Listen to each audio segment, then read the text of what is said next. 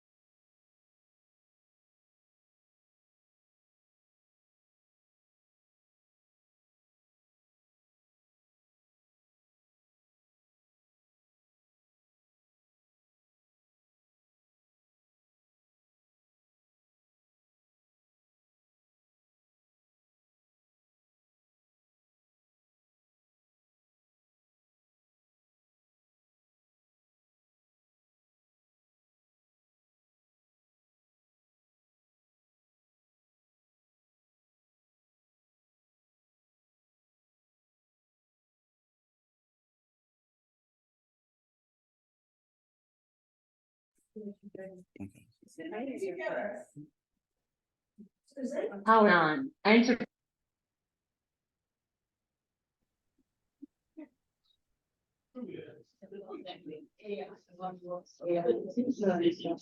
Hi, can you hear us, please? Yes.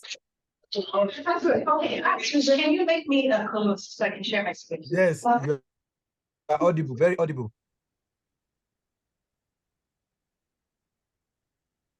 Awesome, thank you so much. Okay, so I guess I'll just start. Okay, yes. Okay, so hi everyone. Sorry for the delay with the technical problems. I don't know what. Can I start? Okay. So then I think they're recording, so I want to make sure that. Okay. Hi everyone. Good afternoon. Thank you so much for coming to the second panel, of which we have a very long name, which I will look up in a second.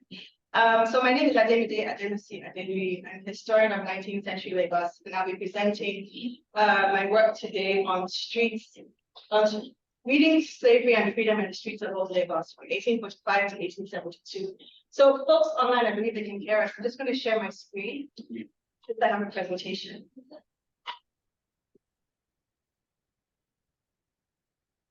So we were waiting for our chair. We don't have a timetable, so I'm just going to time this. And I'm assuming we each have about 25 minutes, or maybe 20 minutes, and then we can go into the Q&A. So I give myself a team here. All right, great. So this afternoon, I'm going to be talking about what it means to read freedom and slavery in the streets of old Lagos in the middle of the 19th century. So, I wasn't expecting to be chair, so give 1 second.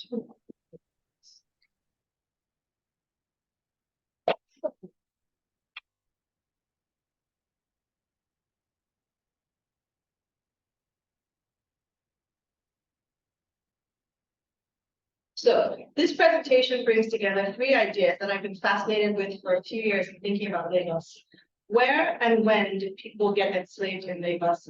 And how did they leave traces of their freedom in space? And perhaps most importantly for what we're thinking about at this panel, how do women's lives and histories enter these stories? Now, for me, these stories come together, these ideas come together in understanding how we can think of the city of Lagos Island in the mid-19th century as actually an archive. You know, we do have our traditional archive of letters, colonial archive, we have oral traditions and others, but in my work, I've been thinking very seriously about how we as historians and people who are interested in Lagos can think about the city as an archive of itself. A place we can look into to find the site we can look into to actually access the past, and to find it even written where there's no, to find it actually visible where there are no written sources from the inhabitants of the city, or even when their histories are excluded from the understanding of the space. Now, part of what I always do when I present my work on Lagos is talk about the blankness that affects the way we see the past.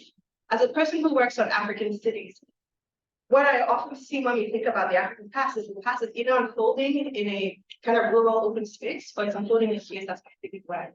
So I talk about the blankness that affects our understanding of African cities. People who study cities in other parts of the world have very clear understanding too. When you study New York, when you study Tokyo, when you study even Johannesburg, for instance, in Southern Africa, you have a clear understanding of where you are. And that's really important, I think, for thinking about Lagos. Anyone who's ever been to Lagos knows that there's a there-ness. When you're there, if you've never been and you're on your way, you'll never forget what Lagos will do to you when you go there. So part of what I think about is how can we historicize this there-ness? How can we historicize the space so that we can actually think about it? And there's a quote I've been using, and I write about in my book, a letter from 1882 in Lagos Observer, where the editor writes in response, "Joe, we have your letter, but we regret that it is crowded out of this issue. You forget that Lagos has what England has not, a climate. It is composed of equal parts sunshine, mosquitoes, sand, high temperature, sweetness, light, sound, fury, rage, rain, retribution, and that sort of thing." And I always say this is actually an understatement, understanding what Lagos is like. So part of what we're thinking here today is, how do we mark space in Lagos in the 19th century? And how come we don't remember where history is unfolding? in the city. The part of what I want to do today is think about how slavery and freedom are actually marked in the city of Lagos. And I argue that in Lagos, this history has become legible in place in the late 1860s in the names of the streets that were used in Lagos Island. What happened is that in 1868, a local Yoruba clerk called John Payne, actually, there was a lot of building happening and renovation and all kinds of things happening in the 1860s when the British annexed Lagos. And what we see is that in 1868, John Payne actually renamed or named all the streets of Lagos.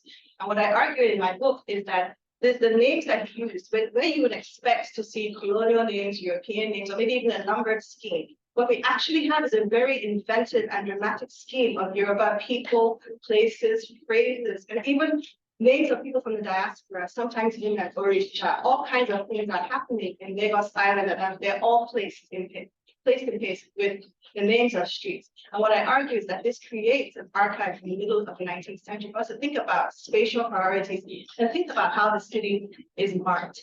So even if now in Lagos, we may not understand or remember the past, people who were enslaved through and around the country remember. I'm sorry you can't see my slides so clearly, but this is an example of a newspaper from 1854, where formerly enslaved people in Cuba are coming back to Lagos. And on the ship, somebody speaks to them and they talk about what they remember. They remember where they're enslaved. They remember where their families were. They remember home. They remember all kinds of things. So even if we in Lagos now do not mark history in space, there's so many records of people then. So part of what I want to think about is if the city is an archive, how do we archive space? This image is from 2009, standing in Tinubu Square. In the background, you'll see Elijah Bar.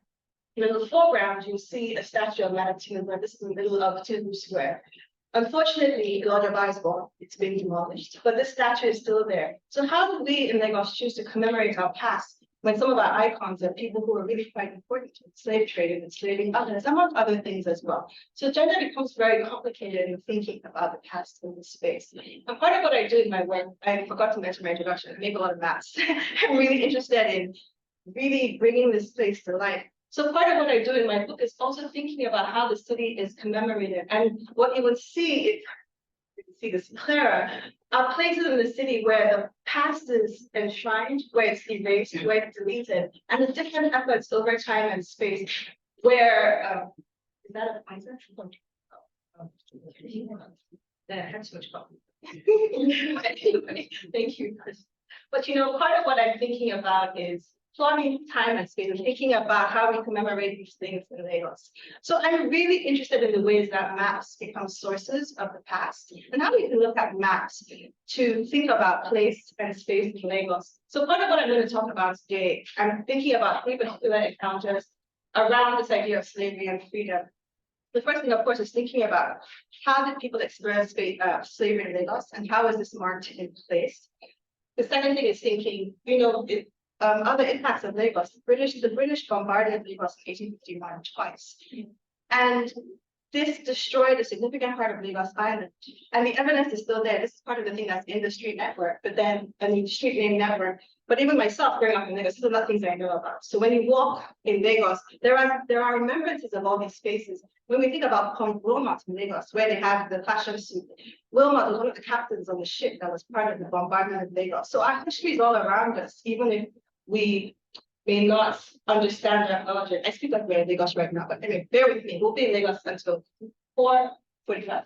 Okay. So these maps that we look at or that are available to us, really right in front of us, give us this history of the city. When you look at the maps and the names that come forward, today I'm going to show you the maps, the street names that really talk about slavery and freedom. But all these maps, these historical documents and sources that we have are really an incredible treasure trove. And when you combine with the reading of the city of the archival source, these stories of the past really come together. So in the time I have left, what I'm going to do is walk through this process for you. But I'm going to see if I can make this bigger. Okay. All right. So part of what I do in thinking about mapping Lagos is I always say that in the beginning, I used to use only historical maps, but I think it's really important to be able to recognize when I'm talking about these places and spaces. So a lot of the work I do now brings this historical data and layers it onto Lagos. A lot of people will recognize the outline of Lagos Island, where we are and what we're doing. So the first thing I think is really important to recognize is that there's been a series of interventions in the shape of the island itself.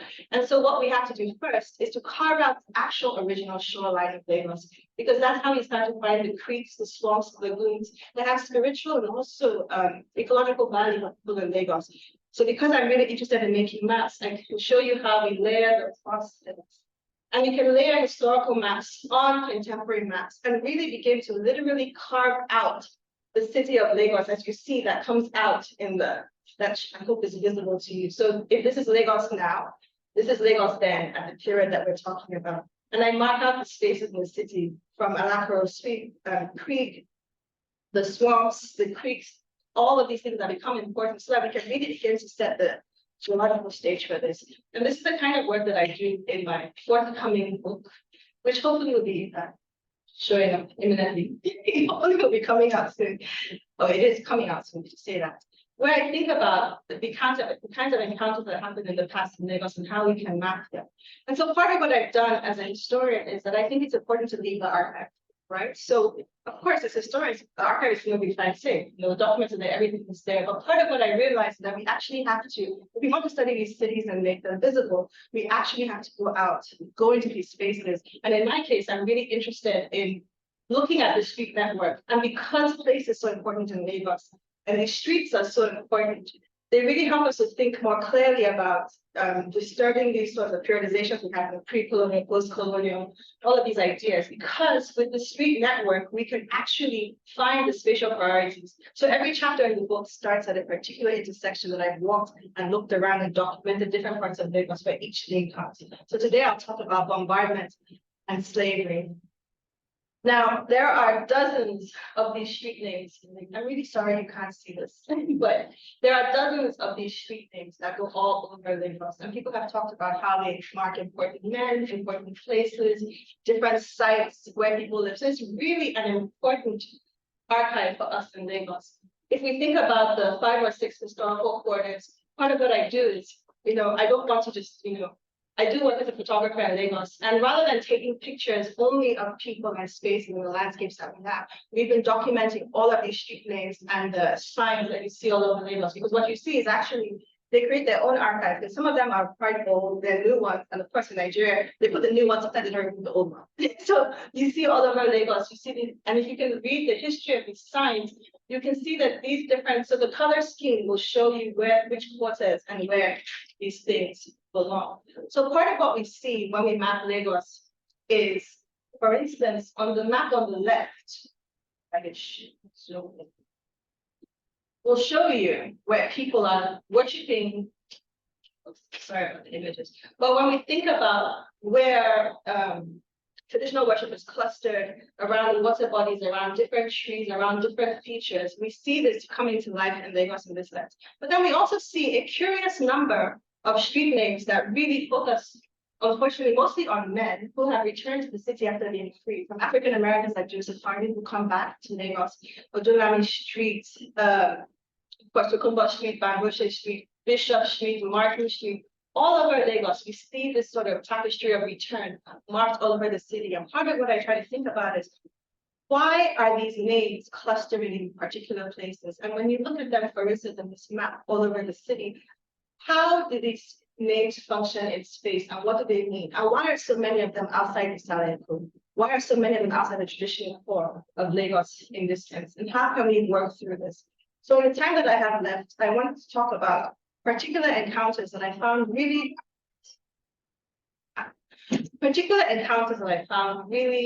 striking when we think about Lagos. So for somebody like myself who grew up in Nigeria, slavery is not something, I'm sitting here next to Mr. Man saying this, that slavery is not something for me, that I really thought about growing up, thinking about Lagos. And I remember thinking I can write a history of Lagos. This isn't really about slavery. This Yoruba culture is so rich, Lagos is so fascinating. It's only in doing more research and studying, and I realized that our city is actually wounded and marked very seriously by slavery, the impacts on people, on themselves, And we have to reckon, I think we should reckon with and take this history very seriously, especially those of us who study the coast. And so thinking of our cities on the coast. So how can we take seriously people's experiences? When we think about the diaspora and other places, yes, we think about slavery there. But I found so many encounters of people who talk about being enslaved in Lagos. And these sites are still there. And if you go to Lagos now, you don't really see these stories. So I'm going to highlight 3 stories to end with this that I've tried to map in space. The first, of course, is somebody extremely well known, Salon, who actually was enslaved in Lagos in the 1820s. And when he came back to Lagos, I'll just read the quote. I could very well recollect the many places I knew during my captivity. So I went over the spots where slave barracks used to be. What a difference we've seen now in the city. Some of these spots are now converted into plantations of maize and cassava, and sheds built on others are filled with casks of palm oil and other merchandise. Instead of slaves in chains and people in agony, in despair, and disparity. So he talks about, I mean, of course, the history of Christianity is very complicated in Lagos. So I'm not telling a story of a terrible past and a brilliant now. Because we have to reckon very seriously with the ways also missionaries took space in Lagos in very serious ways. And I talk about this in my book. But part of what we're seeing here is that when we think about Redwood Street, St. Paul's Church, and other places, we are walking over the history of slavery in the city. People remember. He also talks about the barracoons. I talk about Point Wilmot for where he was. We do have some images of that, but if we had markers in our city, there are many things that we can mark and really think about confronting. The second story is thinking about how when the British bombarded Lagos in 1851, in November and December, they talk about they write all the records, they have all these records from their ships, and they talk about how as they were shooting and trying to bombard the city, you actually find that Lagos was, I'm sorry, I don't know why, that's my time, well, my time is up, excuse me, so I'll speak quickly. Basically, when you walk in Lagos, at the intersection of Lake Street and Legata Street, when you walk and you ask people there, what is Lake Street doing in Lagos Island? People are like, well, this is just one of those. Maybe they're thinking of Mr. Lake. What is a Legata Street? Oh, okay, this is interesting. One person did do really fascinating research on issue and all the things that are happening there. But this creek that used to be in that corner is what saved parts of Lagos from being destroyed when the British were bombarding it. It's saving the records. The creek and the swamp saved the city on the inland, and it's marked right there in our street network and painted this word as well. So when you walk in Lagos, these histories are there, they're looking at us, but if we don't understand, because anti-malarial campaigns meant that these places were papered over, these things are still in our city. The shapes of the streets, how we walk, are affected by this. And finally, perhaps the most alarming for me and most distressing are 2 accounts of men who came back to Lagos in 1851 and 1852, excuse me. And they talk about looking for the men who enslaved them, which for me was just extraordinary when I thought of these encounters. So first, for instance, so James White, another missionary who's really important, after the British bombarded the city, he moves back and he talks about walking in Lagos, walking in Jumata, in Salon, all these places. He encounters people. He talks, for instance, he meets Charles Young. He talks about how he was enslaved in Lagos, now he's back, and he wants to go and confront the chief who enslaved him. I know his house. This is what the missionary wrote. Of course, we must look at these sources critically. He said, I know his house, I remember when he was enslaved, and we passed the house, and he pointed his finger at the very house of the place where he was enslaved. The second man, and I'll end here, was also Mr. Lawson, went to the house of the Ashaban of the time, and he says, I am the man, he actually had this confrontation. I am the man who some years ago was your slave and whom you sold to the Portuguese. God delivered me and I am back. Little did you think you would see me again when that morning you ordered me to be sold to the Portuguese. So when you think about what's happening in Lagos and like how does we map, these things are actually happening in space. Unfortunately, the missionaries do not always report women's encounters in the space. I'm still looking. But part of what I want to end with is this idea that, you know, we have the records, we have the sources, and now we can mark the spaces in space. So, you know, maybe next time you're walking in Lagos Island and thinking about space, and you look at the street names, we have names like Inobere, Omidiju, all of these things. I don't have a complete understanding of the yes. And I submitted my book, so where we are is where we are. So I feel like there's so much more to discover in terms of understanding what was he trying to do with these names? What did they mean? And so this is just the beginning of a second point that I'm working on. Thank you. I'm done.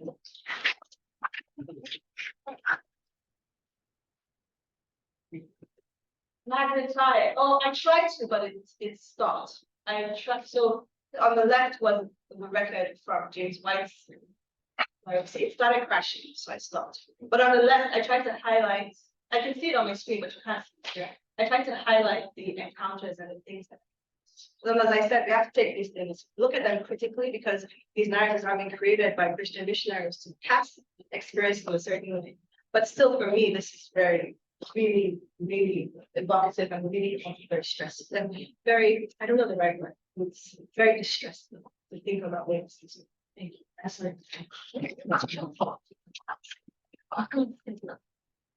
it.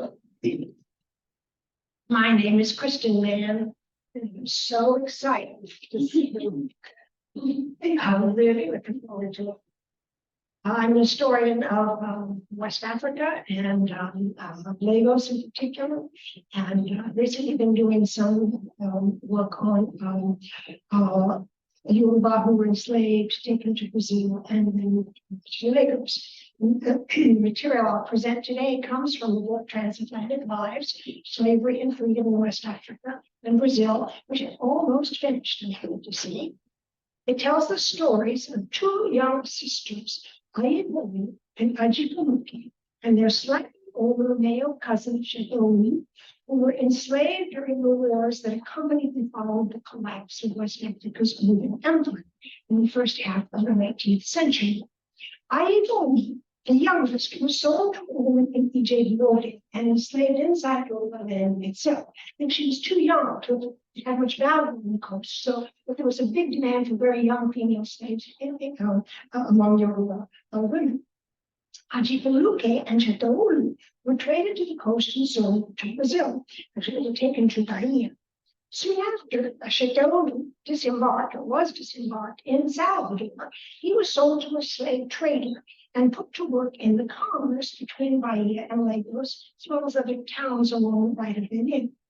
In Brazil, he was baptized Francisco and acquired the surnames Gomez and Andrade. 1827 and 1834, Shadolu Gomez, as I now call him, traveled back and forth between Bahia and West Africa. By the later year, he freed himself and joined a group of other African freedmen, most of whom had also worked in the slave trade, who emigrated to Lagos, where they became the founding cohort of the town's later globally famous returning or Anuda community. A number of texts mention the settlement of African free people returned from Brazil in Lagos in the 1840s. My book will provide the first in-depth study of that important culture. Ajibunuke, the older of the two sisters, was baptized Louisa in Brazil, but she converted there to Islam, not Catholicism. On her conversion, she took the Muslim name Ajatu, and she strongly preferred to be known for the rest of her life. I've been able to find a little about her in Brazil. I do know, however, that by 1854, she too had freed herself and returned to Lagos. She departed from, not from Bahia, but rather from Rio de Janeiro. Either she'd been traded south to Rio and was substantiated to a Brazilian slave trade, or she manumitted herself in Bahia and then migrated to the southern city voluntarily. I've been able to identify a number of Yoruba Muslims from Rio de Janeiro who returned to Lagos in the 1850s. First 3 chapters of my book deal with my subjects: enslavement, lives while enslaved in Ijebu in Brazil, and paths to manumission. Also with Ayebomi and her mother's migration of the Okuta after 1834, when the group of displaced old people settled there. And importantly, the first half also discusses Shadolu Gomez and the other African freedmen's settlement in Lagos in the 1840s. In the second half of the deals with the growth and transformation of Lagos's returning population between the 1850s and the 1890s. In the early part of that period, the slave trade, the external foreign slave trade ended. Immigration from Brazil and Cuba to Lagos and towns along the coast picked up. Protestant and later Catholic missionaries arrived, and as deputies told you, Britain bombarded in the kingdom and then annexed it a decade later. In chapter 4, I analyzed the founding cohort's leadership in negotiating those changes and thus smoothing the way for the later immigrants who came from the Americas during the critical decade of the 1850s. In chapter 5 probes the consolidation of the returning community in the 1860s to the 1890s. And one of the questions I take up in chapter 5 is how Shidelu Gomez and other members of the founding cohort built families and populated their households in Lagos with children between the 1840s and the deaths in the 1880s and 90s. They rarely brought wives back. The men in this particular cohort rarely brought wives back from Brazil. And they didn't very often bring children. Few of them brought sons back, but they didn't bring many children back from Brazil. And so the question is, how then did they populate their families and their households with Lagos? And the question is important for a number of reasons. Some of them are economic. In Yoruba culture in West Africa and also in Brazil, so far as slavery allowed, sons worked for their fathers until they married, as daughters did for their mothers. Even after marriage, children had obligations to their parents for labor and contributions on important occasions. Sarah Berry, Jane Geyer, and others have shown the importance of intra-household and intergenerational resource flows in helping notable men and women accumulate wealth and rise in social status.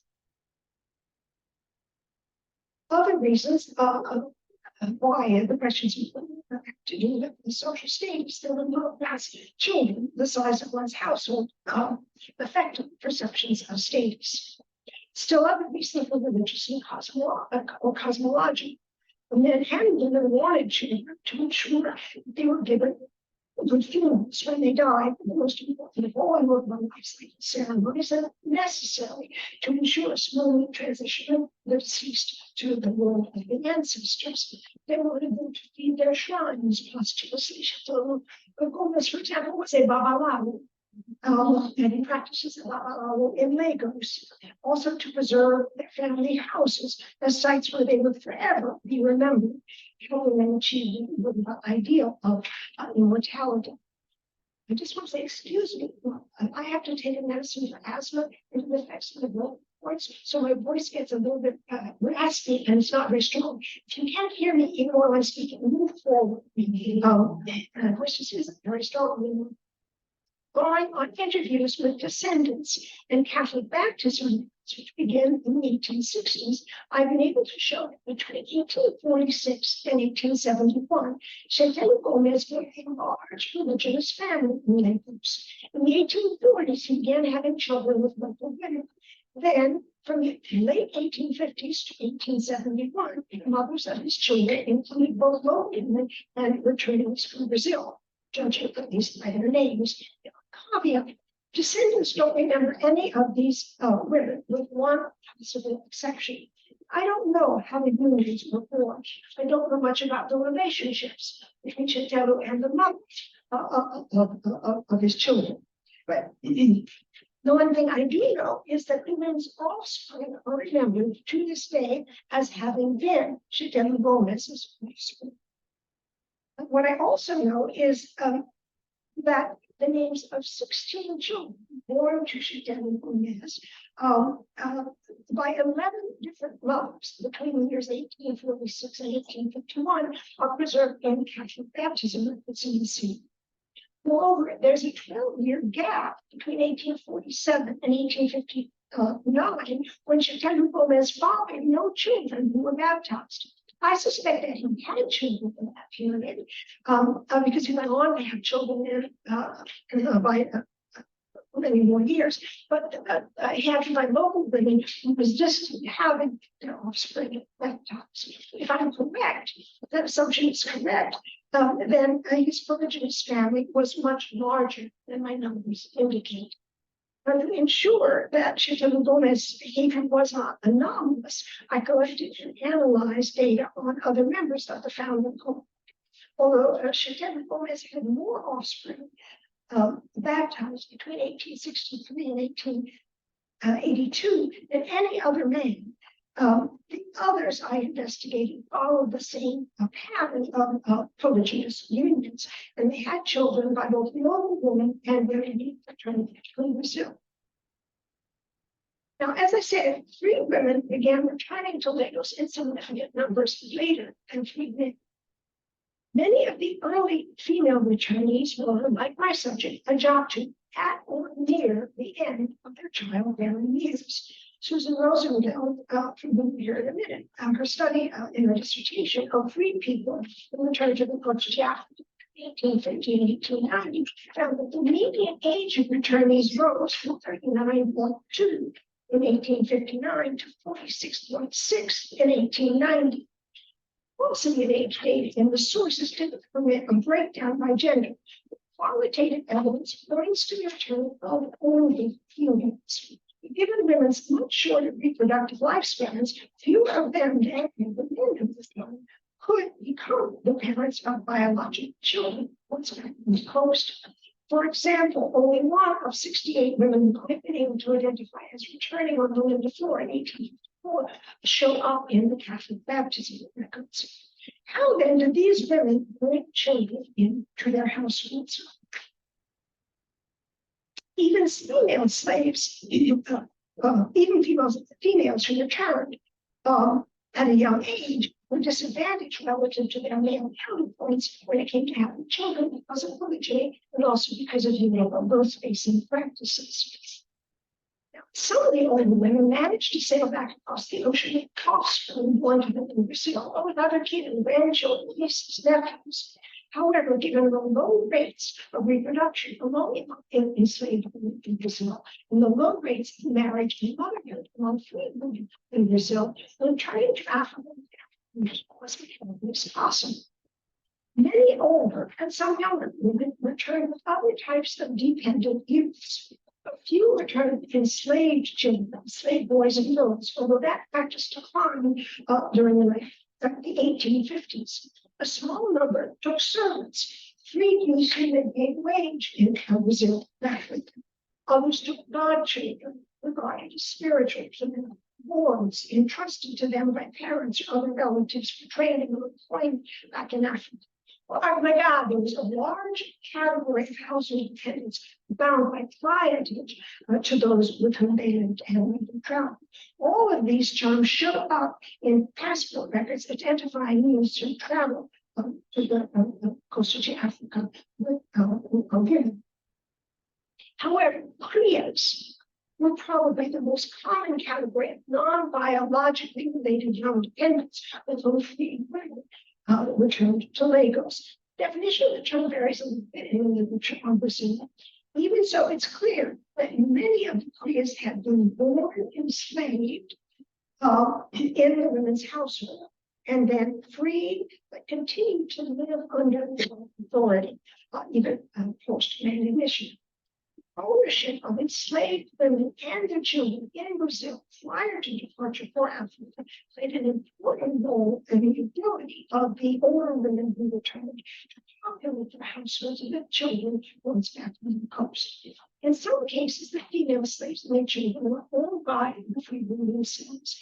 In other cases, they were owned by free men to whom they were married or with whom they lived in consensual relationships. Talk about a couple of examples that illustrate my point. And now, if you can read out that, here it is. Oh, okay.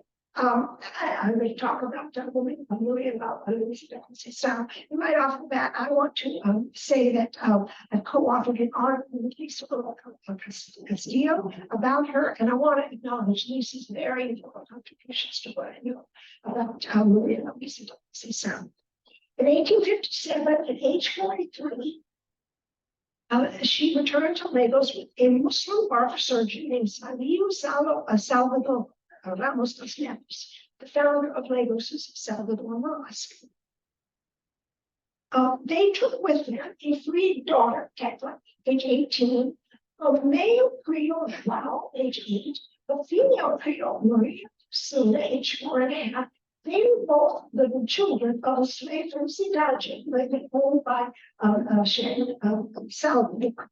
They also took another Creole, Maria Isabella, age 4, who was the daughter of a slave still. He returned with a little boy, age 6, whose relationship to them is not explicit. And then they traveled with a woman named Camilla, age 31. She was a childless, free woman living as Chef Salvador's junior wife. As the senior wife, Maria Luisa, who had children, brought from Brazil, living in her care in Underwood, Florida, for years to come. Now, in Lagos, both local women and women returned from Brazil wanted children in households for the same reasons that men did. However, I think their desire may have been even more acute. As Rogelio Rumi has argued, the mother-child relationship was the most important in our culture. Only to be childless was a great calamity. Now, Shenu Salvador and Camilla, this woman, went on to have 2 children in Lagos. There, Shenu Salvador married 2 Muslim women, by whom he had a total of 7 children. His Jewish wives provided him with children, offspring. The Koreans told me, this older wife, Louise's desire for children, calculate her household. Now, let me talk about a second example. We'll discuss it in just a little bit in more detail. I'm going to thank you. Woman named Severa de Jesus was a childless Nago woman who lived in Bahia. In 1858, she manumitted an enslaved woman named Maria de Conceição for the high price of 1.5 quintals to base. A few days later, she bought a slave, also another slave named Maria, age 30, and turned the profit on the transaction. Within a little more than a year, Rosa had born a child, Severa. And on that child's baptism, speech or child in the card. The year of Rosa child in the card here. And within very shortly thereafter, Severa freed the child and turned her into a Creole. Now, Rosa was featured. She went on to have 3 more children for Severa, a daughter, Francisca, born in 1861, a boy, Bonifacio, born in 1863, and another daughter, Denise, born in 1866. By 1861, Severa knew a Nago freedman named Felipe Simoes Coimbra. It isn't clear whether they were then cohabiting, but both of them lived in the parish of St. John told me. By 1858, Felipe too owned a Nago slave, Maria, who the next year bore him a son, bore a son, not his son, bore a son, named Seraphim. 3 years later, she produced a child named Marcelina, and then 2 years after that, she bore another son named Theodore. By 1867, Severa and Felipe had married in the Catholic Church, probably because they had decided to return to Lagos. Within 8 years, the freed woman Severa had increased the size of her household and slave holding from 2 herself and Maria de Conceição to 6. Herself, the enslaved Rosa, the Creole Cardia, and the 3 enslaved children. When she went through it, she enlarged it to 11. Shortly before, Severa and Felipe applied for passports to return to Lagos in May 1867. Felipe allowed his enslaved woman Maria to self-manumit, and he freed her son Sarah gratis, making him a Creole. Then he and Severa sold the enslaved boys Teodoro and Bonifacio and the woman Rosa and her son, baby. The fate of the little girls, Francisca and Marcelina, is unknown. The assets Rosa and Maria had generated both through their labor for Severa and Felipe and through the children who they sold and were who they bore and were then sold, no doubt helped finance the return of Severa, Felipe, and the Creoles, Leocardia, and Seraphim to Lagos. Severa deceased Felipe back in Lagos. When he died 13 years after the group's return, conflict erupted over his estate. litigation ensued in the Lagos Supreme Court. I don't have time to go into all the details, but evidence introduced during the hearing indicates that after their return to Lagos, Sarah, the boy, sought to limit Francisca's authority over him, and Felipe resisted. In court, Seraphim and the apology claimed to be Felipe's biological children and entitled to inherit his house. Now, I've discovered that they were his slaves by research outside the court. In fact, they were slaves but he is not mentioned ever in court.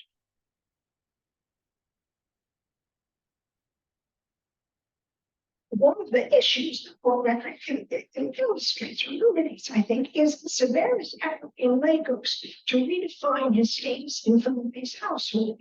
Then posthumously, Seraphim and Leocadia together sought to redefine their relationship to them. They were working to erase the memory of their former enslavement and exercise the rights of newborn children to inherit his house. Now, the relationships between Creoles and their former owners were sometimes more harmonious.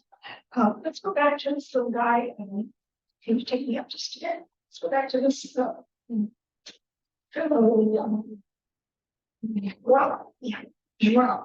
Joao lived in Sergio Salvador's house until Sergio Salvador died in 1887, by which time Maria Luisa was also dead. Maria Racina, it's clear, lived in Sergio Salvador's house until she made a good marriage and then moved out to live with her husband. In his will, Sergio Salvador acknowledged the paternity of Maria Persina, and he dealt with her. He provided for her in his will in the same way that he did his offspring, his biological children, whether they were born in Brazil or Lagos. João, on the other hand, had been born to Felicidade by another father. Sergio Salvador was not João's father. And in his will, Sergio Salvador provided for João differently than he did for his biological children. João was given explicit permission to use the space he occupied in Sergio Salvador's life for as long as he wanted to remain it, so long as he was living. But unlike Sergio Salvador's biological children, he could not pass on the rights to the room he inhabited to his heirs and assigns. So even in the best of cases, distinctions could be remembered and drawn between Creoles and biological children. So let me just conclude by saying, I think that, freed Africans returned to Brazil for different combinations of reasons. Many of them, however, did so in part to escape the oppression that Africans, free and enslaved, suffered in Brazil. They hoped in Africa to be able to expand their liberty and their opportunities. It's ironic. When they returned, so many of them did so with dependent youth. Many of those dependent youths had been their former slaves.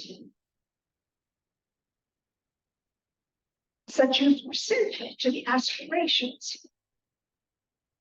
of freedmen and women in return, especially important to those of older freedmen, because unlike freedmen and younger freedmen, they couldn't hope to produce children biologically once they got back to Africa. In Lagos, dependent youths in the households of returnees, especially those who were Creoles like Sarah from the near Cardiff, often found themselves caught in struggles to limit their former owners' demands on them and redefine their status. In Lagos, they renegotiated the terms of their transatlantic missions. Thank you.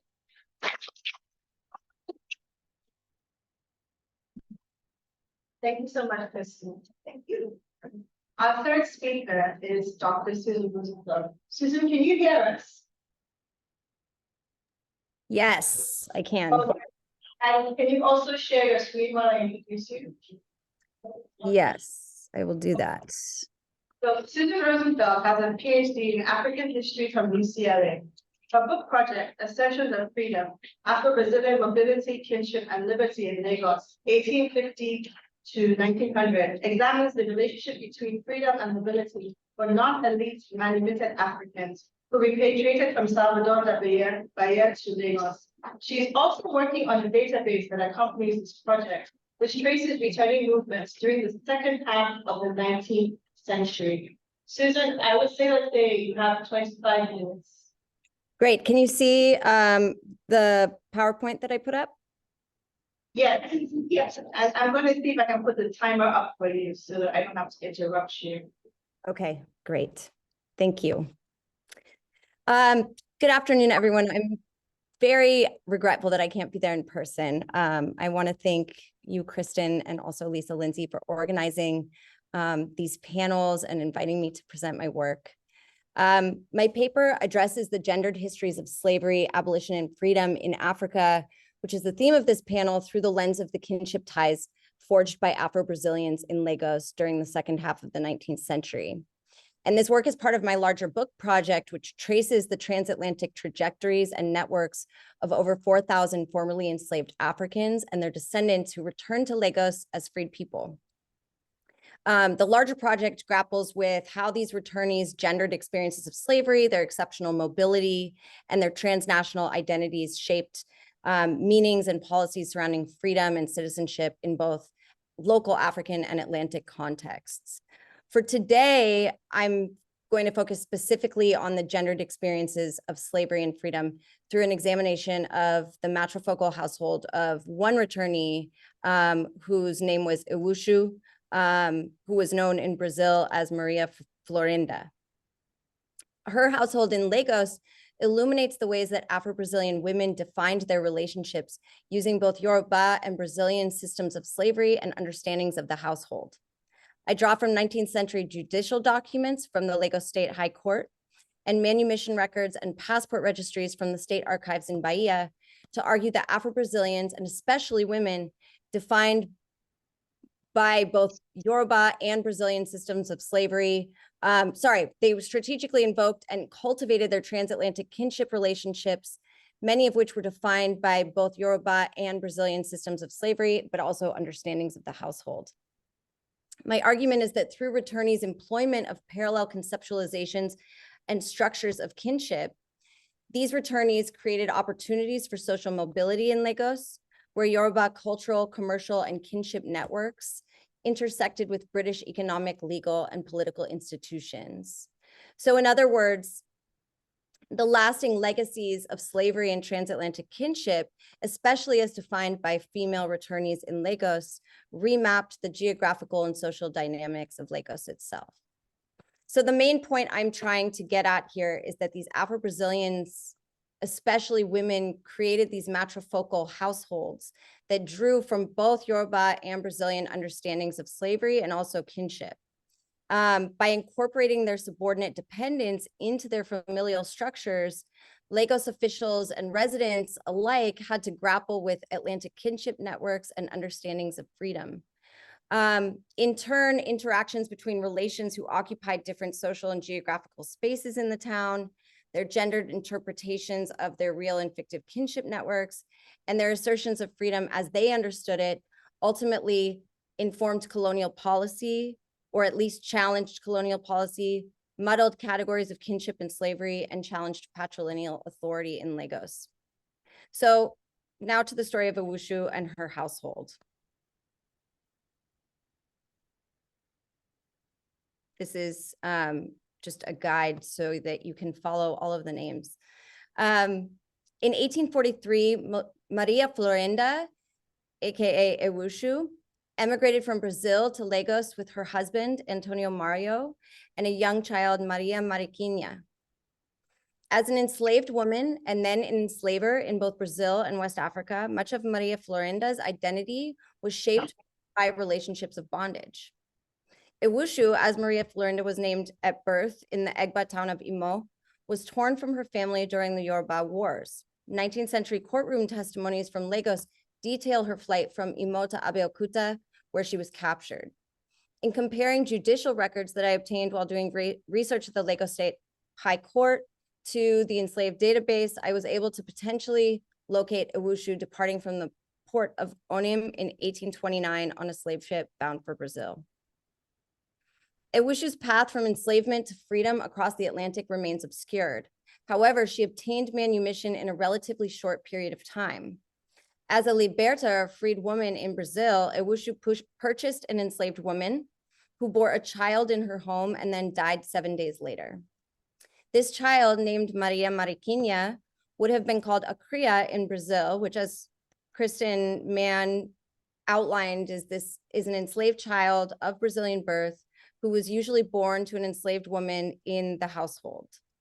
Having known these children since birth, enslavers often referred to these crias using terms of fictive kinship. When Ewushu repatriated to Lagos in 1843, she brought Maria Mariquinha with her. Soon after she disembarked, she reunited with her relatives from Imo, including her sister Ewushi, who also had been enslaved. The two sisters' fates differed.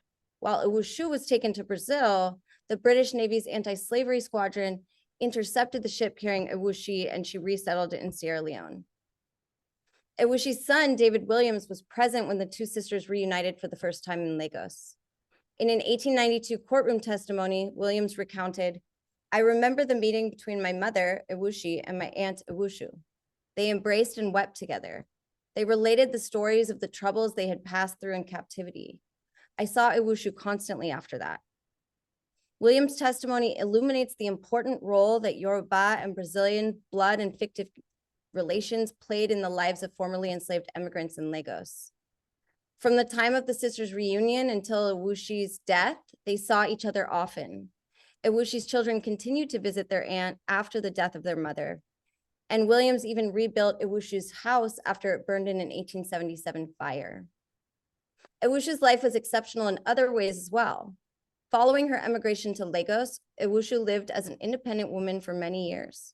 She procured her own house on Bangboshe Street, where she resided with Maria Mariquinha and 4 enslaved women. She maintained a steady profit from additional tenants living in her compound and from her farm at Ebute Meta. Yet, in a devastating turn of events, Ewushu's compound was robbed in 1869. The incident forced her to become a trader on the streets of Lagos to support her household. Ewushu's lack of capital may have also motivated her to manumit the enslaved women in her possession. All of them purchased their freedom around this time. Gradually, Ewushu became more and more destitute. Both Maria Mariquinha and David Williams gave the elderly woman money and goods to sustain her toward the end of her life. By the time Ewushu fell ill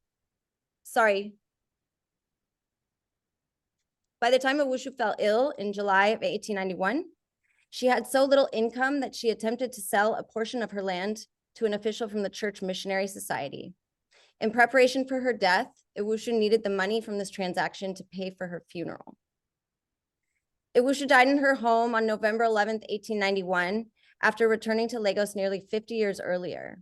Maria Mariquinha recounted that at the time of Ewushu's death, quote, "the big house was a ruin."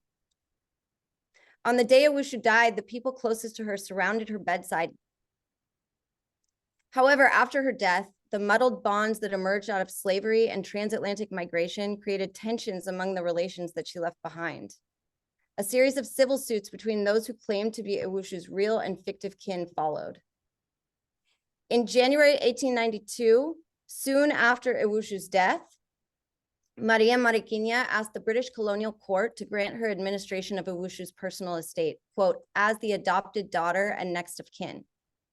The defendant, David Williams, also claimed to be Ewushu's rightful heir as her nephew. Over the next 3 months, categories of kinship based on Brazilian slavery, Yoruba tradition, and British law defined the inheritance debate. For Williams and Maria Mariquinha, the dispute boiled down to the importance of blood versus social dependency and notions of kinship. In their testimonies, both parties claimed to have fulfilled the successive obligations expected of them under Yoruba custom. The plaintiff and the defendant both asserted that they provided Ewushu with financial assistance during her years of hardship. They made regular visits to greet her, and they performed familial duties during her illness and at the time of her death. Both parties also stated that the other had a history of quarreling with Ewushu, asking for the court to consider estranged relations in their ruling. Maria Mariquinha admitted that she did in fact have disagreements with Ewushu at times. Perhaps this acknowledgement supported her claim as an adopted daughter, in contrast to the behavior she would have been expected to display as a subordinate dependent. In more contradictory testimony, both the plaintiff and the defendant claimed that Ewushu told them that they should, quote, take charge of the rest of the house, and they accused the other of unlawfully withholding the land grant for the property. Beyond these claims to rightful inheritance, Maria Mariquina and Williams addressed the issue of succession in more direct terms. Williams and his sister, Sally Gooding, used descent from a common male figure, Ewushu's father, Osholufe, as important proof of consanguinity. Idioms of kinship also became assertions of entitlement in the courtroom trial. Williams claimed that Ewushu introduced him to, quote, all her slaves and friends as her younger brother. In her counter testimony, Maria Mariquina raised the question about the defendant's use of kinship terms to claim blood relations, retorting, Ewushu used to call all Egbas Aburo because they were the same tribe. Ultimately, then, the civil suit was a debate over whether a blood relation or an adopted daughter and Kriya, who resided in Ewushu's household, held more weight as a rightful heir. However, the litigants' differing understandings of the connection between slavery and kinship in relation to legitimate succession added to the complexity of this case. In this way, the testimonies surrounding Maria Mariquina's status as Ewushu's former enslaved dependent illuminate the legacy of the Atlantic slave trade on returnees' lives, identities, and social mobility in the burgeoning colony, as well as the multiple identity possibilities that the landscape of Lagos made available. The statements of both litigants demonstrate that they were aware of the association between slavery and kinship that manifested through the Yoruba institution of Arota and the relationship of a Brazilian enslaver to her Kriya. In both cases, an enslaved child born in the house of her African enslaver would have been incorporated into the household using idioms of kinship. Yet an Arota's right to property potentially would have differed from those of a Kriya. Maria Mariquina, as an Arota, would not have been a full lineage member. Thus, she typically would not have had the same right to Ewushu's property as a blood relative. By emphasizing Maria Mariquina's formerly enslaved status, Williams' testimony drew from these intertwined Yoruba notions of slavery, kinship, and inheritance. The litigant's statements repeatedly mentioned Maria Mariquina's status as a subordinate dependent in Ewushu's household. He even told the judge that his aunt introduced Maria Mariquina to him when she was young as, quote, the first slave she bought. In fact, Williams' portrayal of the litigant as an Arota would have been persuasive evidence in colonial court. Based on their desire to facilitate a smooth transition into a systematic colonial administration, British judges considered local practices when making decisions in the Supreme Court, which was established in 1876. Kristen Mann has outlined that legal opinions regarding Yoruba law and custom developed over time based on judges' collaborations with senior males from the community who advised them. Often, these designated assessors were wealthy elders and chiefs. Thus, the strategic interpretations of Yoruba-speaking elites heavily influenced colonial officials' understandings of local practices, including those involving land tenure and inheritance. As private ownership of land in and around Lagos became more competitive, the town's wealthy residents sought to secure their holdings for themselves and their kin. It was in this atmosphere that changes in land tenure under the new colonial government made Arota's aspirations of complete incorporation into household lineages less attainable. As Mann explains, quote, elders and chiefs who advised the earlier colonial government about local customs claimed that neither Eru nor Arota enjoyed ownership rights in the land and houses that they occupied, even if they had built the houses themselves. By the 1890s, the decade in which Maria Mariquina and Williams went to trial, these local elites had influenced the precedents that shaped British judges' interpretations of native law. Mann finds that by this period, the court had determined that, quote, it would recognize only limited rights of Eru and Arota in landed property to which they had acquired access through their owners. In contrast, Maria Mariquina's testimonial approach suggests that she understood her status as a subordinate dependent through a complex lens that took into account parallel Yoruba and Brazilian frameworks surrounding slavery, kinship, and legitimacy within the household. On the one hand, the woman's claims that she fulfilled her kinship obligations and maintained good behavior as a member of the household resonated with an Arota's aspirations for lineage incorporation. However, the remainder of the litigant's statement was inconsistent with that given by an Arota. In her examination of enslaved individuals' courtroom testimonies in Lagos, Mann argues that subordinate dependents who sought complete incorporation into their owners' families would have been, quote, loath to publicly avow their slave origin in colonial court. Maria Mariquinha, on the other hand, made straightforward assertions about her slave origins. Indeed, it was she who testified that she had been born in Owusu's house in Brazil to an enslaved mother. In other words, Maria Mariquinha understood herself not as a Yoruba Arota, but as a Brazilian Cria. In these terms, her status as a subordinate dependent, born in the Brazilian house of her childless African mistress, would have made her a viable heir in Bahia. With these considerations in mind, it is necessary to closely examine Maria Mariquinha's counter-testimony, which concluded the courtroom trial. During her final statement, the woman's conflation of slavery and kinship took a provocative turn that reflects the importance of Brazilian slavery to her understandings of freedom, legitimacy, and entitlement in the Atlantic world. Indeed, Maria Mariquinha asserted, "Owusu treated me as her daughter. I say that because she took care of me. I was the adopted daughter of Owusu because she became possessed of me by the sweat of her face."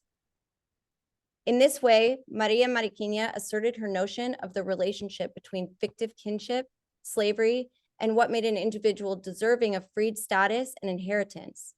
Her articulation of these connections illuminates the extent to which similar transatlantic legal statuses of enslaved and manumitted subordinate dependents could and could not be forged together in various locales. Maria Mariquinha's testimony invoked Owusu's experiences of enslavement to assert her own legitimacy and freed status in Lagos. She contended that since Owusu accrued her subordinate dependent, quote, by the sweat of her face, it was only right that her mistress's former property should inherit her landed property. In fact, from Maria Mariquinha's perspective, it was their transatlantic connection through Brazilian slavery that made her Owusu's property, kin, and free rightful heir all at once. In the end, the Supreme Court judge ruled that Williams, as Owusu's consanguineous nephew, should have administration over the estate of the deceased. Further, the colonial court gave Williams the right to eject Maria Mariquinha from the house if he wished.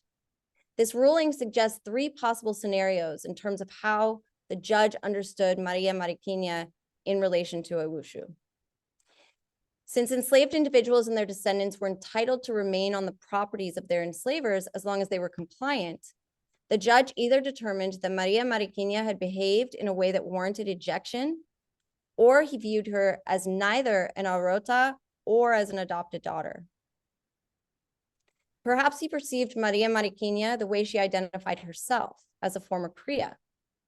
In this case, the judge may have determined that she had no rights under the British and Yoruba legal systems that defined the Supreme Court of Lagos during this period. Finally, the rising trend of entrepreneurial women consolidating property through matrifocal households, like Owusu, and by fictive affiliation, Maria Mariquinha, threatened patrilineal authority. The judge's decision could have represented a backlash against this trend, which was significantly fueled by Brazilian returnee women themselves. The debates over inheritance among members of Owusu's household provide a glimpse into a case of formerly enslaved Afro-Brazilian woman using the colonial judicial system to justify her own ideas about labor, slavery, and kinship. In particular, she equated the sweat of enslaved labor with the blood of kinship in Brazil. The litigant argued that through her former enslaver's physical labor as an enslaved and freed person in Brazil, she bore both property and kin in the figure of Maria Mariquinha. As far as she was concerned, transatlantic emigration and resettlement in the burgeoning colony only solidified their kinship relationship. Through this conflation of the relationship between social dependency, kinship, and freedom, as they played out in Owusu's matrifocal household, Maria Mariquinha asserted an alternative understanding of the role of Atlantic slavery in her entitlement to and as property in Lagos. In this way, the case of Owusu's household illuminates the intersections of multiple and gendered idioms by which returnees manage their circulation between Brazil, Yoruba, and British cultures and societies, all of which presented them with different identity possibilities and opportunities to assert their freed status, in addition to questioning British policy in the colony. Thank you.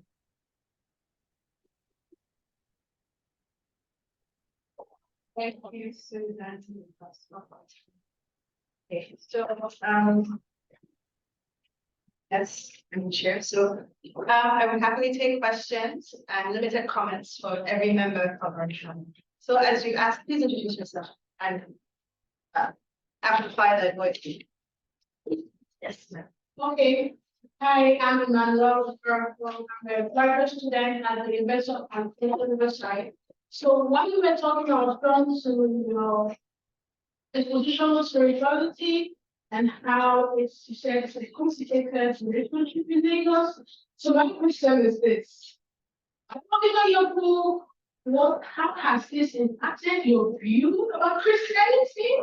Yeah, considering the history surrounding slavery and Christianity, and thank you.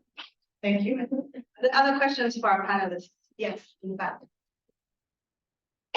Thank you, Leslie. Thank you for offering me. Could you speak a little more louder? Oh, sorry. And then you, assistant professor, please project.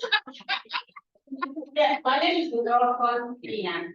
I'm an assistant professor of African literature and culture at Cambridge University, at SUNY University, State University of New York.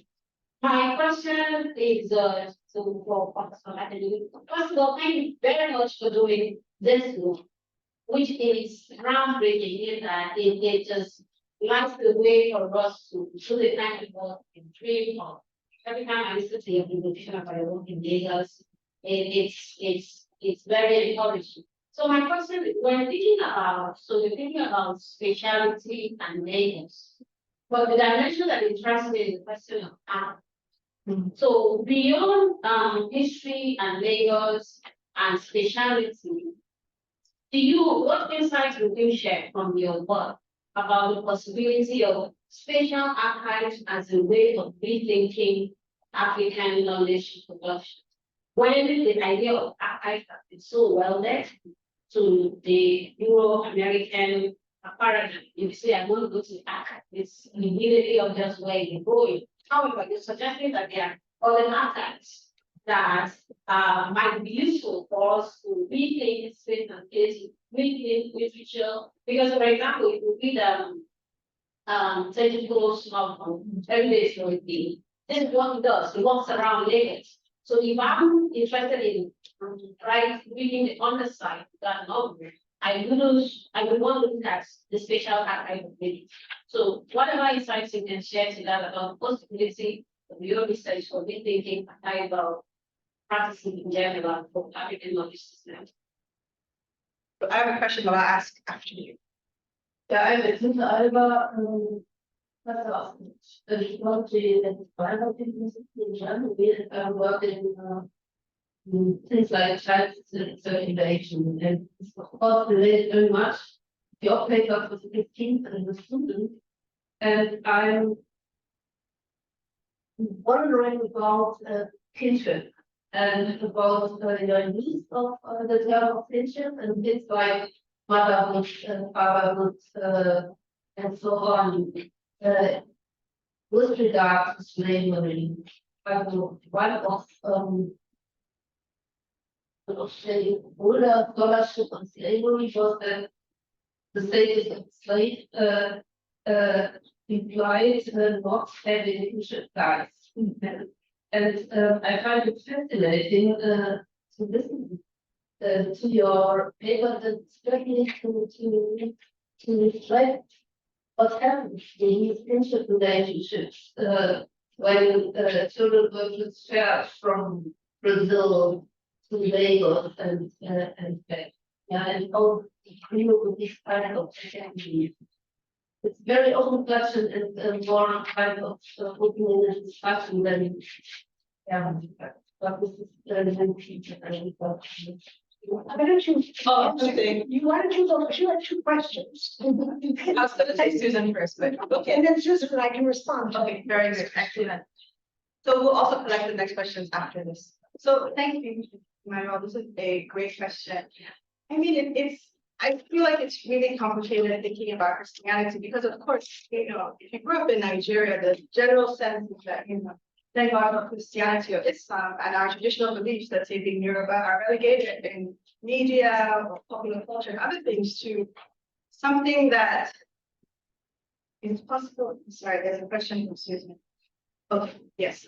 Our ideas of indigenous practice are something that's a very vexed question for us. But as a historian, thinking about the archives that we have access to, this is the written archive.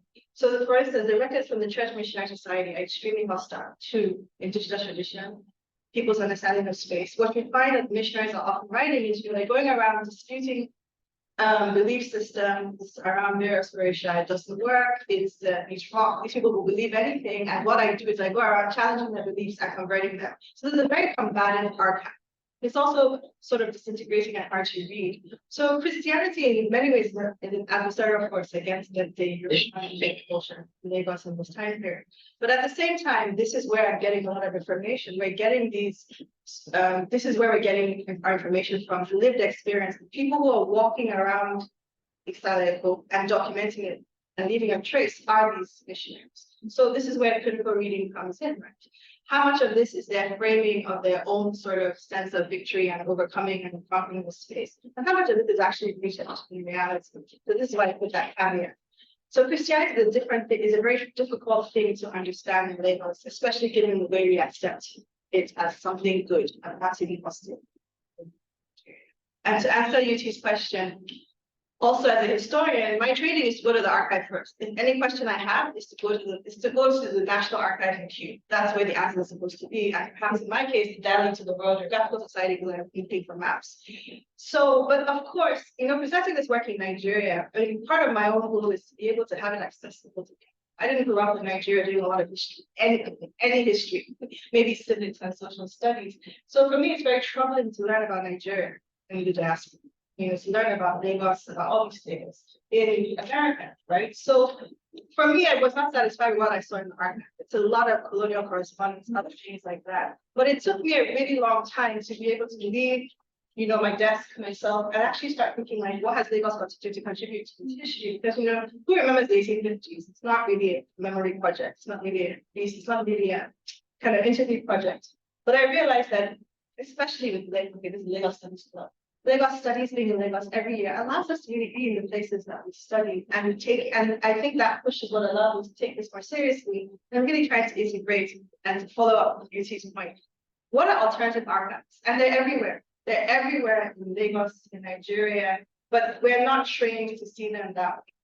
So I would encourage you who work on spatiality and literature that don't be bound by only what you learn on campus and school. There is information everywhere, and you'll be surprised where you'll find it. I was in Lagos all the time, and I never noticed all of this information. And now all I see is archive. The city itself is an archive. So a lot of people are writing. Susan. Well, Susan, I maybe both want to say something in response to this question. You're coming. Status of slavery implies not having kinship. I mean, in the sense that comes from one of the Patterson's building, male alienation and social death. And one of the things I argue in my book is that for Yoruba enslaved in the 19th century, for a variety of reasons, enslavement, even sale into the transatlantic commerce, did not always mean a rupture with kin and country. No, there are just many examples of persons who have been enslaved, you know, even sold into the Atlantic trade, reunited, often serendipitously, often accidentally, meeting people in different parts of the Atlantic world. They're wonderful stories from from Brazil. They're wonderful stories from Sierra Leone. They're wonderful stories probably from Cuba that I don't know as well. They're wonderful stories from Motherland. People who were related to one another, they were from the same hometown, they identified as Ohu or Ijebu or Egba, or meeting and then restoring different kinds of relationships, sometimes family relationships. What drew me into the project I do is that the trio I begin with, the Shaderi who worked in the slave trade went back to Lagos in the street. He just met Kaibomi, her mother, and he said, "I've seen your other daughter in Brazil." It took Adatu 3 decades to get back to Lagos. When she did, very quickly, she contacted her mother and sister in Abuja. They came down. She went to Abuja. They recreated a sororal relationship that survived until Adatu's death in the 1870s. And so my story provides an example, but it's not exceptional. It's not extraordinary. I mean, you find these stories.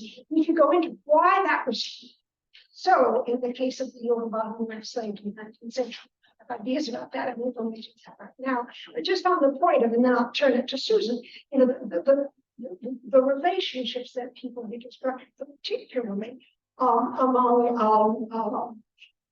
those who had been enslaved in Brazil by them or by other Africans and then brought back to Lagos. I think the relationships were fluid. I think they were contested. I think they could change. They're all dependent on the circumstances of the people involved.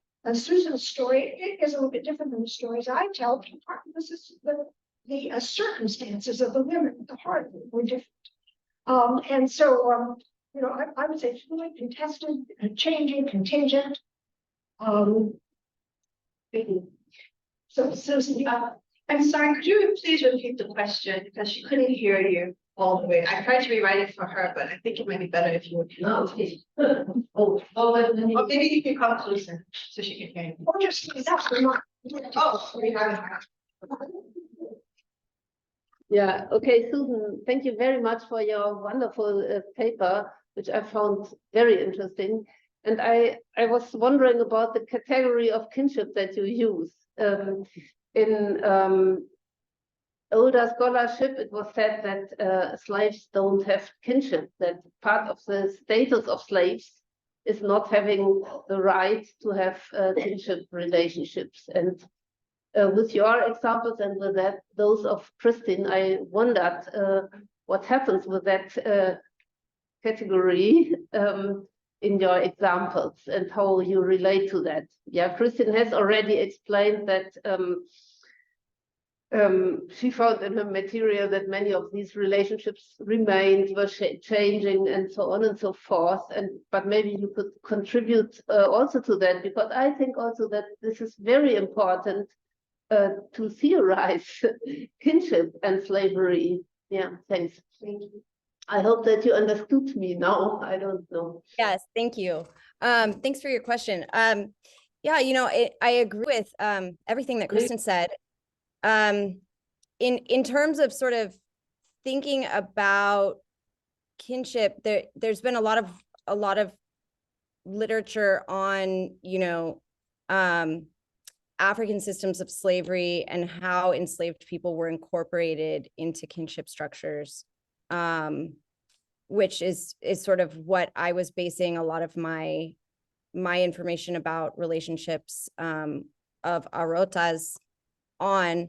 But in terms of sort of fictive kinship, right, and thinking about the way that enslaved people, at least in the Atlantic, understood kinship, I think that there was a blurring of boundaries between blood and fictive kinship. And frankly, I don't know how much it mattered, right, to people in the Atlantic world. I think that people created their own kinship networks that were based on a variety of different categories. And in Lagos in particular, these categories all get conflated and used at particular moments for particular ends, right? So if they're showing up in a British colonial courtroom, they're very much, I mean, my experience with working with courtroom documents is that Afro-Brazilians and local Lagosians, they understood how to manipulate British law. They were well versed in it. They understood how to manipulate it to get what they had come to court for. And that included notions of kinship and slavery and all of those things. I agree with you that and with Kristen in terms of sort of in the Atlantic world and then back in Lagos, these ideas of people who had been enslaved across the Atlantic, returning and sort of finding each other in the Atlantic, real sort of blood kinship relationships. It was sometimes accidental, and then sometimes it was very deliberate. People looked for one another.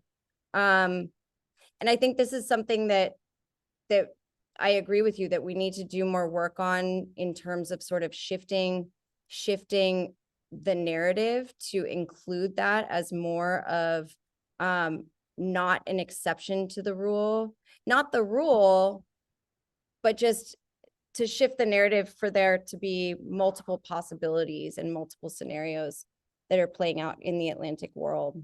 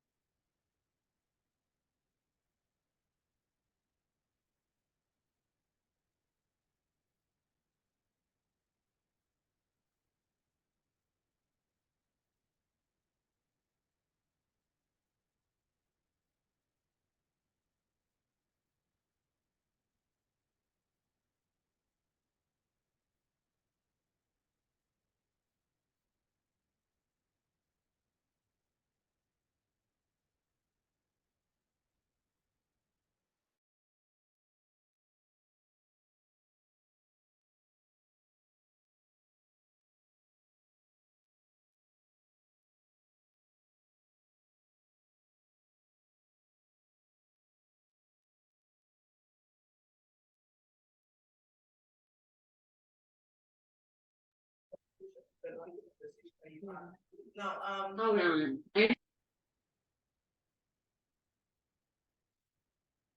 the relationship between categories, you find out that it's subject to social constructs. So, the papers looked at the issue of Banyan interpretation of kinship and Yoruba interpretation of kinship, and then the British recognized customary law. So I feel that played a major role in deciding the inheritance issue and the kinship categories that emerged in the whole scenario that you needed to presentation. I hope that's useful. Thank you so much. I can ask Susan and Kristen question. What do you think, Kristen, of course, this is part of your expertise, but what do you think are the kinds of issues that come up when we see these women's lives only through the courts and these litigation issues and property? What impact do you think it's not about understanding of your house and legal standards? There's so many questions on the team. So shall we have a It's very tough about the American just I want to just defer to my colleague Lisa Lindsay, who's here and has been wonderful with Church Lawn, who just came back from the United States. And there are others and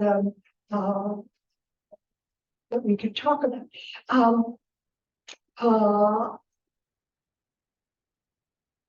On the question of marriage, you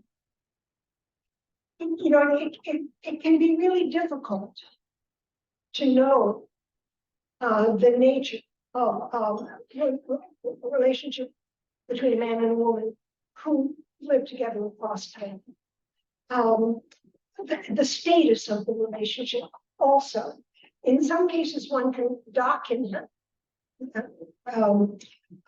legal marriages occurred in Brazil. In more cases, one can't necessarily, yet one has reason to believe that a man and a woman live together in consensual union. The Maria Luisa, I've looked and looked, there's no evidence that she and Salvador were married legally in the eyes of the Brazilian state.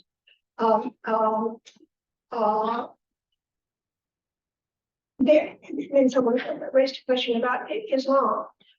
There are cases of Muslims in Brazil who regarded themselves as legally married, but then because they were thinking of coming back to Lagos, married in the Catholic Church, and then came, and there were also folks who came back and then entered into Islamic marriages in Lagos itself.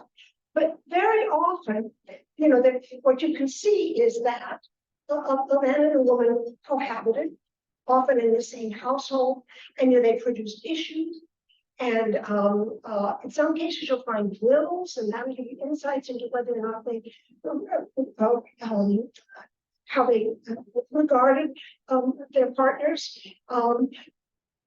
Many of these had died at the time Sam died. Camilla was still alive, and there have been two women married in Lagos, two who were Muslims. And Sam Salvador treated all three of those women and their children the same. The one he treated differently was Joao, you know, who was the slave and the child of Felicidade by a different man, often preserved. So, you know, what I often refer to, I call unions consensual unions. When I don't, you know, I don't know that they went through law rituals. I don't know that they went through any rites or rituals at all, but they lived together and fulfilled obligations and husbands and wives in relation to one another. And Severa,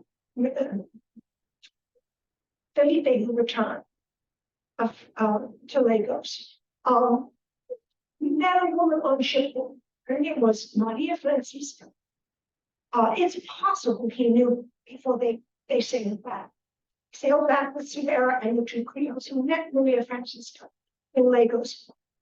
She lived in his household and Severa's household. When they got back to Lagos, Severa died.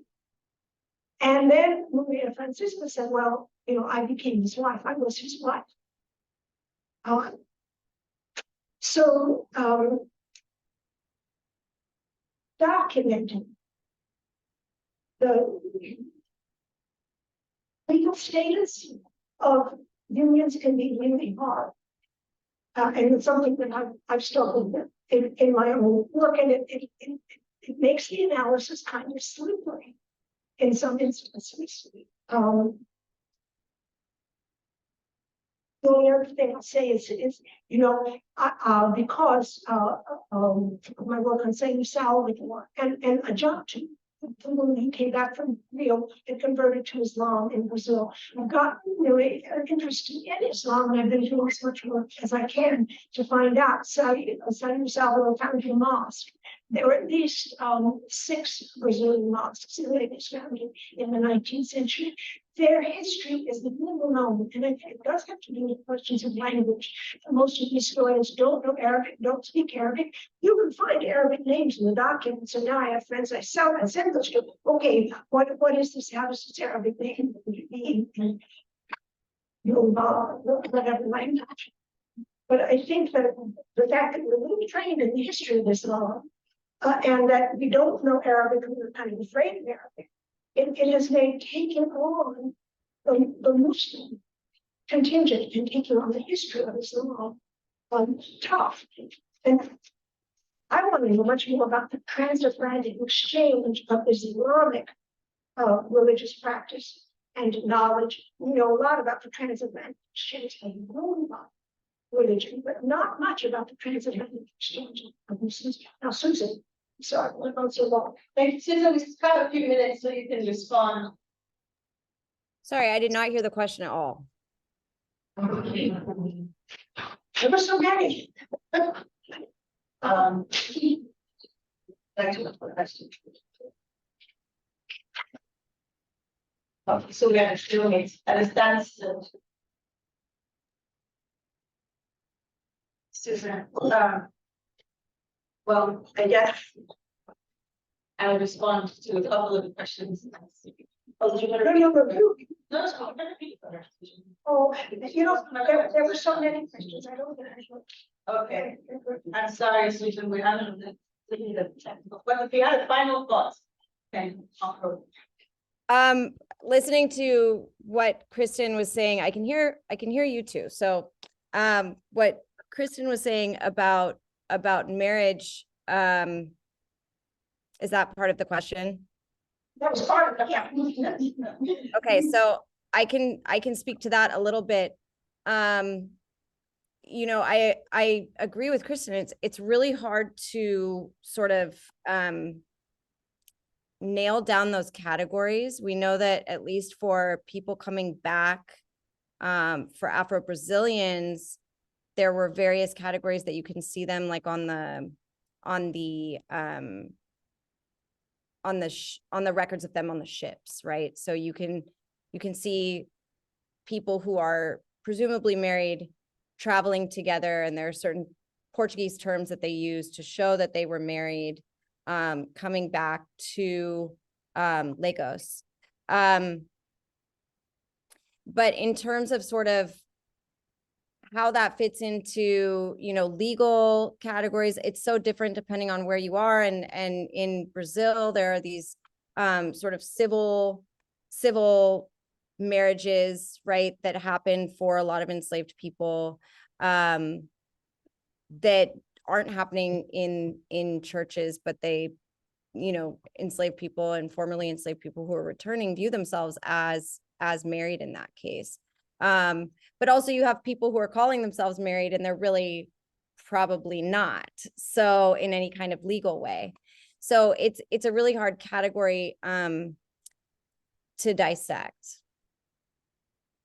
Thank you so much. I guess 2 quick responses to your questions. Yeah, African Americans play a really important role in thinking about old Lagos, especially mid-19th century. This was already mentioned. Lisa Lindsay's work, which is really important in thinking about church reform and others. But Joseph Harden is underwritten about Campbell, is not all about writing. The lady is also really important in terms of impacting land grants in Lagos, Island, and I believe also in the government. So there's a lot of work I address this a little bit in my own work, but there's a very direct and clear connection between various parts of the diaspora to Lagos, but we often experience when we really think about Mr. more than anywhere else in that sense. And also there was return from Liberia, later on, Jake, John, the guy who ever did the latest routine record, Jackson, J.P. Jackson, came back from Liberia. The lawyer, J. Shingle came from Liberia. And very little work has been done on the origins of those people in Liberia and whether their ancestors had come, which they may have had from North America. We have 1 more minute, so I'll just to address the archival question and local languages. This is not really my expertise, but I can point to somebody who is Abdul Basir Kassim, who is a postdoc at NYU, who's really thinking about these questions. And there's a lot of work in Ajami Springs and other things thinking about how to confront these questions. Folks, we are at time. Thank you so much for coming. But before, I want to alert you that this is not the last Lagos Studies Month. We have several. Trying to get tomorrow morning, bright and early, 8 a.m. with Fuji. Sahid and other up there. I have to plug this. Fuji, an African popular culture, also sponsored by Lagos State. So please, I hope you will join us for many more of our parents.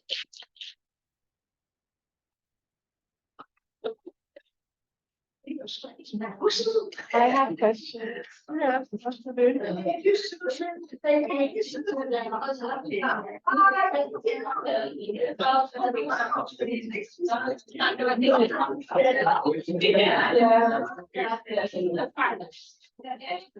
just for a while.